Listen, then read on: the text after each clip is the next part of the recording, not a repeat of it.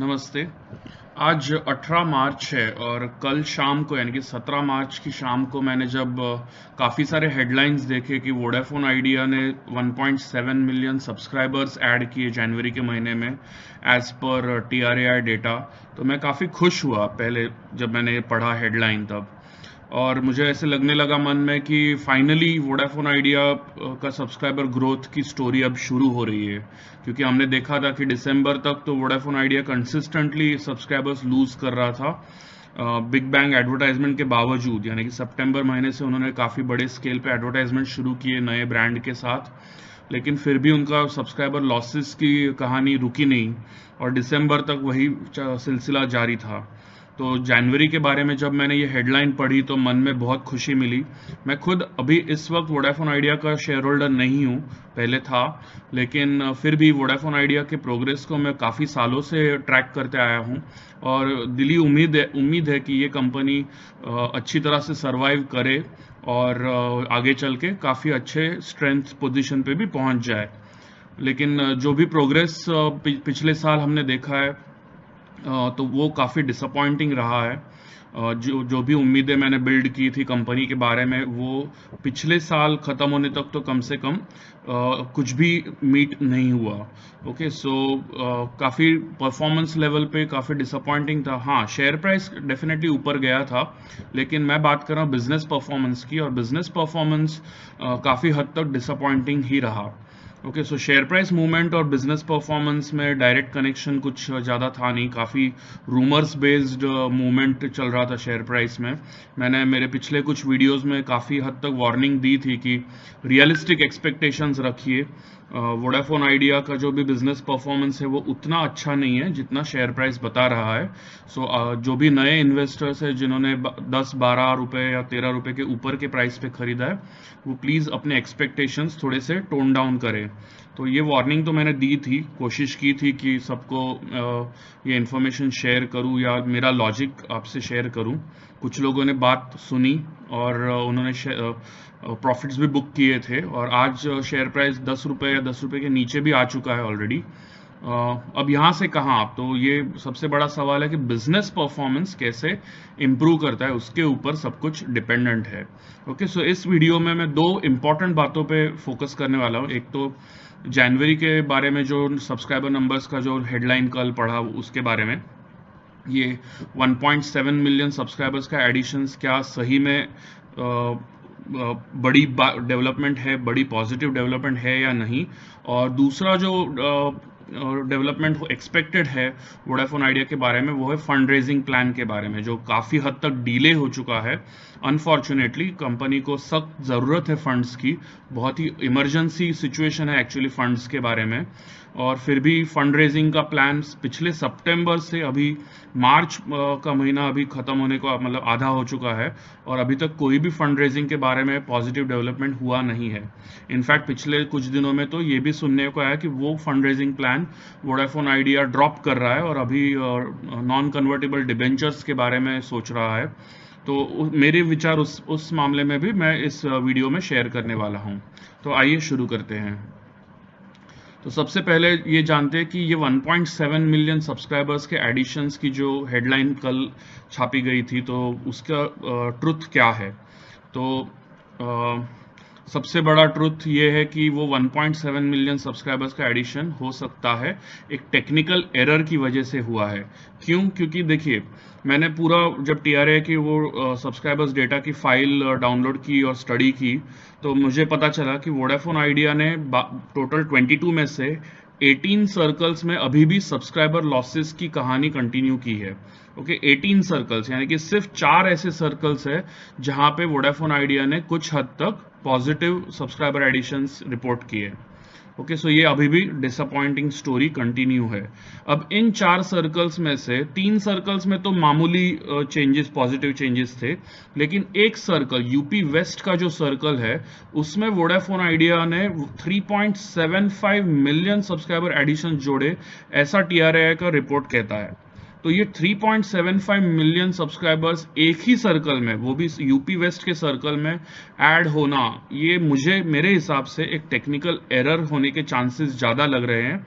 और ऐसे technical error पहले भी हो चुके हैं, और जनरली जब भी ये ऐसा एरर होता है तो अगले महीने के जो नंबर्स आते हैं उसमें वो करेक्ट हो जाता है वापस। तो हमें अगले महीने का डेटा भी देखना पड़ेगा, एक महीना रुकना पड़ेगा उसके लिए। लेकिन अगले महीने हो सकता है ये जो 3.75 मिलियन सब्सक्राइबर्स का एबनॉर्मल एडिशन, मैं कहूँगा ये नंबर काफ़ी एबनॉर्मल है, तो ये एडिशन का नंबर हो सकता है करेक्ट हो जाएगा अगले महीने। तो इसीलिए ये जो 1.7 मिलियन ओवरऑल एडिशन का जो नंबर है वो उसके ऊपर हम खुश नहीं हो सकते। ओके, सो ये एक एरर होने के काफ़ी सख्त चांसेस है। अगर हम यूपी वेस्ट का अगर सर्कल छोड़ दे तो बाकी के जो 21 सर्कल्स है उसमें वोडाफोन आइडिया ने तकरीबन 2 मिलियन सब्सक्राइबर्स लूज किए। तो ये सब्सक्राइबर लॉसेस की जो स्टोरी है वो अभी भी चालू है जनवरी के महीने में भी। ओके, लेकिन क्या सब कुछ बुरा है वोडाफोन आइडिया के बारे में इस TRAI के रिपोर्ट में? तो मेरे हिसाब से उसमें कुछ पॉजिटिव्स डेफिनेटली है, वो पॉजिटिव्स भी देख लेते हैं एक बार। तो सबसे बड़ा पॉजिटिव ये है कि मंथ ऑन मंथ जो भी वोडाफोन आइडिया ड्रॉप्स रिपोर्ट कर रहा था सब्सक्राइबर्स बेस के बारे में, तो उसमें मैं एक्टिव यूजर बेस के ऊपर ज़्यादा ध्यान दे रहा था। जिन्होंने भी मेरे पहले वाले वीडियोस वोडाफोन आइडिया पे देखे उसमें आपने देखा होगा कि मैं ग्रॉस सब्सक्राइबर्स से ज़्यादा एक्टिव सब्सक्राइबर बेस का जो नंबर है उस पर ज़्यादा फोकस करता हूँ, क्योंकि वही actually revenue generating subscriber base होता है। सो ग्रॉस सब्सक्राइबर बेस मेरे लिए कुछ ज़्यादा मायने नहीं रखता, एक्टिव यूजर बेस या VLR बेस जो है वो मैं ज़्यादा इंपॉर्टेंस देता हूँ उसको। तो उस मामले में एक बहुत ही इंपॉर्टेंट पॉजिटिव ये है कि वो मंथ ऑन मंथ ड्रॉप्स का जो नंबर है वो अभी एक बहुत ही छोटा सा नंबर रह गया है। पिछले महीने जनवरी के महीने में 2,52,000 VLR यूजर्स ड्रॉप हो गए। अभी भी ड्रॉप है, अनफॉर्चुनेटली पॉजिटिव एडिशन नहीं है, लेकिन ये नंबर पिछले कई क्वार्टर्स या पिछले कई महीनों या पिछले कई सालों के मुकाबले सबसे छोटा है। ओके, सो ये एक पॉजिटिव डेवलपमेंट हम कह सकते हैं कि फाइनली एक्टिव यूजर बेस का जो बहुत ही बड़े बड़े नंबर्स ड्रॉप होने का जो सिलसिला चालू था वो फाइनली रुकने को आया है। ऐसा हम लोग थोड़ी बहुत उम्मीदें रख सकते हैं कि अभी फरवरी के महीने के जो नंबर्स आएंगे तब हम एक्चुअली कंफर्म कर पाएंगे कि ये फाइनली पॉजिटिव की तरफ जा रहा है क्या। लेकिन जनवरी के महीने में सिर्फ 2,52,000 एक्टिव यूजर्स का नंबर ड्रॉप हुआ है। सो ये डेफिनेटली एक पॉजिटिव डेवलपमेंट है पिछले कई महीनों कई सालों के मुकाबले। 256 मिलियन एक्टिव यूजर्स अभी फिलहाल वोडाफोन आइडिया के हैं। सो होप करते हैं कि 256 मिलियन ये बॉटम फिगर है और यहाँ से अभी आने वाले महीनों में होपफुली इंप्रूवमेंट हम देखते जाएंगे। दूसरा एक इम्पॉर्टेंट डेवलपमेंट था कि कुछ जो वोडाफोन आइडिया के जो इम्पॉर्टेंट सर्कल्स है उसमें से दिल्ली, गुजरात, हरियाणा और मुंबई, इन चारों सर्कल्स में काफ़ी हेल्दी ग्रोथ VLR बेस यानी कि एक्टिव यूजर बेस में देखा गया है। ओके, इन चार सर्कल्स ने मिलके मेरे ख्याल से 1.2 या 1.3 मिलियन यूजर्स कुछ ऐड किए हैं जनवरी के महीने में। सो ये डेफिनेटली पॉजिटिव है। इसमें से दिल्ली और मुंबई दोनों मेट्रो सर्कल्स है, गुजरात और हरियाणा भी कैटेगरी A सर्कल्स है।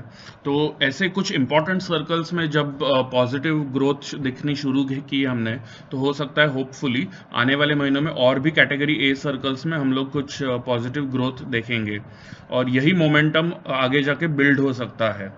और एक इम्पॉर्टेंट नंबर हमने देखा कि ब्रॉडबैंड यूजर बेस जो है यानी कि 3G और 4G यूजर्स का जो नंबर है उसमें से 3G डेफिनेटली घट रहा है, 4G का ही मेन ग्रोथ चल रहा है।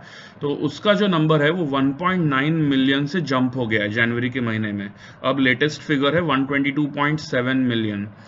याद है आप मैंने सितंबर या अक्टूबर के जब नंबर्स के बारे में डिस्कशन का वीडियो मैंने प्रेजेंट किया था, तब मैंने मेंशन किया था कि जिस तरीके से फाइनेंशियल पोजीशन की ज़रूरत है वोडाफोन आइडिया को, उस हिसाब से उन्होंने कम से कम 1.5 से 2 मिलियन 4G यूजर्स ऐड करने ज़रूरी है हर महीने।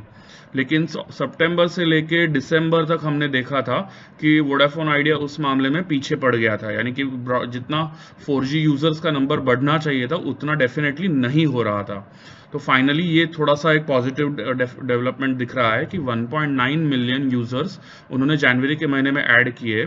सो अभी हम होप कर सकते हैं कि आने वाले महीनों में वो 2 मिलियन या 2 मिलियन से आगे के नंबर्स हर महीने ऐड करते जाए, तो फिर वो जिस रेवेन्यू ग्रोथ की उनको ज़रूरत है, याद रखिए ये ज़रूरत की बात कर रहा हूँ, उनको उस जो 15,000 करोड़ पर क्वार्टर का रेवेन्यू टारगेट अचीव करने की ज़रूरत है सस्टेन करने के लिए या फिर सर्वाइव करने के लिए, उस टारगेट को अगर उनको आने वाले 3 या 4 क्वार्टर्स में अगर अचीव करना है तो कम से कम ये 2 million 4G users every month का टारगेट उन्होंने अचीव करना ज़रूरी है। ओके, सो ये होपफुली हम देखेंगे फरवरी के महीनों से ऑनवर्ड्स ज़्यादा ध्यान रखेंगे इसके ऊपर।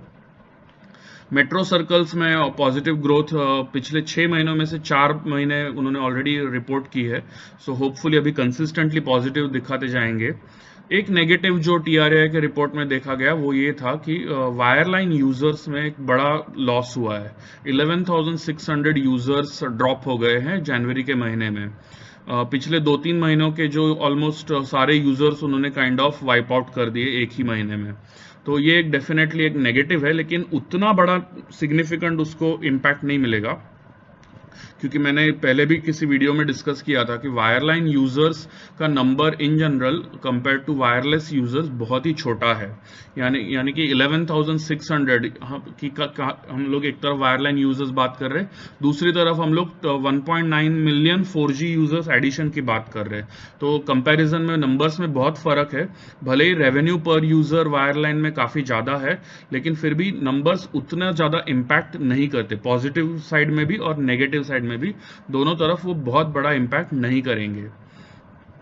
अब एक बार हम चार्ट देख लेते हैं और फिर हम लोग जो फंड रेजिंग प्लान के बारे में जो मेरे विचार है मैं आपसे शेयर करूंगा। ओके, सो इस चार्ट में आप देख सकते हैं कि अप्रैल के महीने से ऑनवर्ड्स ये कंसिस्टेंटली ओवरऑल जो बार है वो स्लाइड कर रहा था। ये एक्चुअली VLR यूजर बेस का नंबर रिप्रेजेंट कर रहा है, जिसमें से रेड पोर्शन 2G यूजर्स का है और नीचे का जो ब्लू पोर्शन है वो 3G 4G यूजर्स का है। तो अप्रैल ऑनवर्ड्स देख रहे हैं कि अब धीरे धीरे स्लाइड होते ओवरऑल जो बार है वो स्लाइड हो रहा था, और इवन ये 2G यूजर्स का जो नंबर है वो भी रैपिडली ड्रॉप हो रहा था। सो 168 मिलियन से 2G यूजर्स ड्रॉप होते होते अभी 133 मिलियन पे आ गया है। On the other hand 3G 4G users का जो नंबर है वो 111 मिलियन पे था अप्रैल महीने में, और वहां से अभी मार्जिनल ग्रोथ के साथ 120 मिलियन के आसपास आ गया था अगस्त सितंबर महीने में। फिर वहां पे पिछले 4-5 महीने हमने देखा था कि काफी हद तक स्टेडी था, और अभी एक छोटा सा जंप 122.7 मिलियन पे देखा गया है। तो ये उम्मीद रहेगी कि यहाँ से आगे ये जो ब्लू बार वाला जो एरिया है वो धीरे धीरे बढ़ते जाएगा। इनफैक्ट धीरे धीरे नहीं, रैपिडली बढ़ना की जरूरत है। ये 122.7 मिलियन का जो अभी फिगर है वो अगले 6 महीने में या फिर कह सकते हैं कि जून महीने तक, यानी कि आने वाले 5 महीनों में उन्होंने कम से कम 140 मिलियन के आगे लेके जाने की टारगेट रखने की जरूरत है। ओके, सो इस पे हम ध्यान रखेंगे कि ये फिगर 140-150 मिलियन के रेंज में कब पहुंचता है। ओके, उसके ऊपर कंपनी का रेवेन्यू ग्रोथ काफी हद तक डिपेंडेंट रहेगा। ओके, सो यूजर बेस के मामले में ये फाइनली ये देख सकते हैं कि ये जो ड्रॉप हो रहा था वो ड्रॉप अभी थोड़ा सा स्लो डाउन हो गया है। ओवरऑल जो बार है वो यहाँ पे आप देख सकते हैं काफी हद तक लेवल पे है, क्योंकि बहुत ही कम, सिर्फ 2,52,000 यूजर्स एक्टिव यूजर्स ड्रॉप हुए जनवरी के महीने में। फरवरी ऑनवर्ड्स उम्मीद करते हैं कि ये धीरे धीरे अभी ऊपर जाना शुरू करेगा। ओके, सो अब फंड रेजिंग की बात करते हैं। पिछले जो मैंने फंड रेजिंग के ऊपर जो वीडियो बनाया था जनवरी के महीने में, उसमें मैंने ये स्लाइड प्रेजेंट की थी। उसमें कुछ लॉजिकल पॉइंट्स मैंने शेयर किए थे कि वोडाफोन आइडिया का जब पहला वाला राइट्स इशू हुआ, मर्जर के बाद जो पहला राइट्स इशू हुआ था, तो तब कंपनी ने 25,000 करोड़ रेज किए थे, वो भी 12.5 के प्राइस में। तो ये लॉजिकल पॉइंट्स क्यों बोल रहा हूँ कि इन पॉइंट्स के बलबूते पे मैं कह रहा था कि ये उम्मीद करना कि वोडाफोन आइडिया का इस वक्त का जो फंड रेजिंग है वो 12, 12.5 या 13 रुपए के ऊपर होगा। काफी लोग उस वक्त रूमर्स फैला रहे थे कि वोडाफोन आइडिया का फंड रेजिंग 15 रुपए या 20 रुपए के भी ऊपर होने वाला है, है, तो वो क्यों गलत है, वो रूमर्स ही है ऐसा मैं क्यों कह रहा था, उसके मैं पॉइंट्स इस स्लाइड में मैंने प्रेजेंट किए थे। एक बार आप जल्दी से नज़र डाल लीजिए इन पॉइंट्स के ऊपर कि उस वक्त जब पहला वाला राइट्स इशू हुआ मार्च 2019 में, तब वोडाफोन आइडिया का शेयर प्राइस 30 रुपीज़ पे था। उन्होंने फंड रेजिंग किया 25,000 करोड़ का सिर्फ 12.5 रुपए पर शेयर पे, और उस वक्त वोडाफोन आइडिया की जो फाइनेंशियल पोजीशन थी, सब्सक्राइबर नंबर्स की पोजीशन थी, ग्रोथ पोजीशन थी, वो सब कुछ बेटर था आज के मुकाबले। और सबसे बड़ा रीज़न ये भी है कि उस वक्त ये एजीआर ड्यूज का कोई भी तलवार उनके सर के ऊपर मंडरा नहीं रही थी। उस वक्त एजीआर ड्यूज का केस का रिजल्ट नहीं आया था, सो वो किसी को भी पता नहीं था कि एजीआर ड्यूज का इतना बड़ा बॉम्ब फूटने वाला है करके। सो इन सब रीजंस के बावजूद जब वोडाफोन आइडिया ने उस वक्त 12.5 रुपए के प्राइस पे राइट्स इशू किया था, तो इस वक्त इस ऐसे सिचुएशन में जब वोडाफोन आइडिया की हालत काफी हद तक वीक है कंपेयर टू उस वक्त फरवरी मार्च 2019 के मुकाबले, तो हम लोग ये कैसे उम्मीद कर सकते थे कि उसका फंड रेजिंग 12.5 रुपए के ऊपर के प्राइस पे होगा।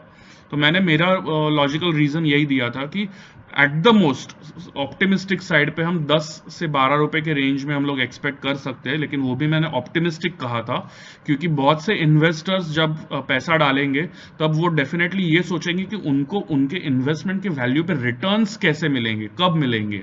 तो वो सवाल अगर उनके मन में है तो वो डेफिनेटली बार्गेन कर रहे थे कि प्राइस और नीचे ला सके या फिर कुछ गारंटीज प्रमोटर्स से ले सके परफॉर्मेंस रिलेटेड वगैरह वगैरह।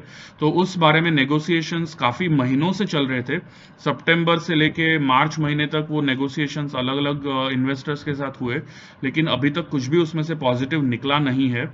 और अभी सुनने को आ रहा है कि वोडाफोन आइडिया ने वो जो इक्विटी प्लस डेट का जो फंड रेजिंग प्लान था 25,000 करोड़ का, वो अभी नियरली ड्रॉप कर दिया है। अभी ऑल्टरनेट प्लान की तरफ वो जा रहे हैं। ये कुछ 2-4 दिन पहले ही कुछ एक रिपोर्ट आया था कि वोडाफोन आइडिया अर्जेंटली 10,000 करोड़ के नॉन कन्वर्टेबल डिबेंचर्स रेज करेगा। तो ये डेफिनेट पॉसिबिलिटी है क्योंकि देखिए हम सब जानते हैं कि वोडाफोन आइडिया को इस वक्त फंड्स की बहुत ही सख्त ज़रूरत है, अर्जेंट ज़रूरत है। उनको नेटवर्क पे अगर कुछ भी खर्चा करना है, इनफैक्ट उनके ऑपरेटिंग एक्सपेंसेस भी कवर करने के लिए उनको एक्सटर्नल फंड्स की ज़रूरत है, क्योंकि उनका जो रेवेन्यू फिलहाल जो जनरेट कर रहे हैं वो रेवेन्यू उनके ऑपरेटिंग एक्सपेंसेस भी कंप्लीटली कवर नहीं कर पा रहे। तो इस वक्त उनको फंड्स रेज करने की डेफिनेटली सख्त ज़रूरत है। 10,000 करोड़ से डेफिनेटली आने वाले कुछ महीनों का तो रिक्वायरमेंट फुलफिल हो जाएगा। सो ये 10,000 करोड़ की मदद से हो सकता है वो अगले कुछ महीने एग्रेसिवली सब्सक्राइबर ग्रोथ की तरफ कोशिश करे, और एक बार सब्सक्राइबर ग्रोथ अगर दिखना शुरू हो जाए तो फिर इन्वेस्टर्स हो सकता है रेडीली कैपिटल डालने को सामने आए। उस कॉन्फिडेंस बूस्टर के लिए हो सकता है प्रमोटर्स को भी थोड़ा सा एडिशनल कैपिटल अभी इस वक्त डालने की जरूरत पड़ सकती है। मे बी एनसीडीज के पहले या एनसीडीज के बाद वो देखेंगे, लेकिन मेरे हिसाब से किसी भी एक्सटर्नल और एडिशनल इन्वेस्टर्स से कैपिटल रेज करने से पहले हो सकता है प्रमोटर्स को कुछ एडिशनल कैपिटल डालने की जरूरत पड़े ताकि बाकी इन्वेस्टर्स को कॉन्फिडेंस मिले। ओके, उनका कॉन्फिडेंस लेवल फिलहाल काफी लो है, उनको सस्टेनेबिलिटी या फिर वोडाफोन आइडिया के सर्वाइवल पे डेफिनेटली वो सवाल उठा रहे हैं। एज अ बार्गेनिंग पॉइंट भी कह सकते हैं, लेकिन डेफिनेटली ये सवाल वो उठा रहे थे और उस वजह से वो नेगोशिएशंस ड्रॉप हो गए या फेल हो गए हैं। तो next round of fund raising जो है वो हो सकता है सब्सक्राइबर एडिशंस की थोड़ी सी स्पीड इंप्रूव होने के बाद हो। तो अगर वो सब्सक्राइबर एडिशंस का नंबर उनको दिखना शुरू हो जाए तो होपफुली नए इन्वेस्टर्स ज़्यादा कॉन्फिडेंस के साथ वोडाफोन आइडिया में इन्वेस्ट करने को सामने आए। फिलहाल इस वक्त एनसीडीज 10,000 करोड़ के एनसीडीज या 10,000 के आसपास के फिगर के एनसीडीज अगर वो लोग रेज करें तो भी उनको अगले 6 महीने का या 6 से 8 महीने का तो कम से कम रिक्वायरमेंट फुलफिल हो सकता है, और तब तक सब्सक्राइबर एडिशंस की नंबर वो पुश करने की कोशिश करेंगे। So next round of fund raising होने से पहले जैसे मैंने कहा कि कंपनी को उनकी ग्रोथ मोमेंटम वापस यानी कि ग्रोथ मोमेंटम वापस लाना पड़ेगा और तभी कॉन्फिडेंस आएगा। ओके, और जब रेवेन्यू ग्रोथ, अगर सब्सक्राइबर ग्रोथ शुरू होता है तो रेवेन्यू ग्रोथ ऑटोमेटिकली फॉलो करेगा, और अगर रेवेन्यू ग्रोथ दिखना शुरू हो जाए तो हो सकता है बैंक्स भी ज़्यादा इजीली उनको एडिशनल कैपिटल देंगे।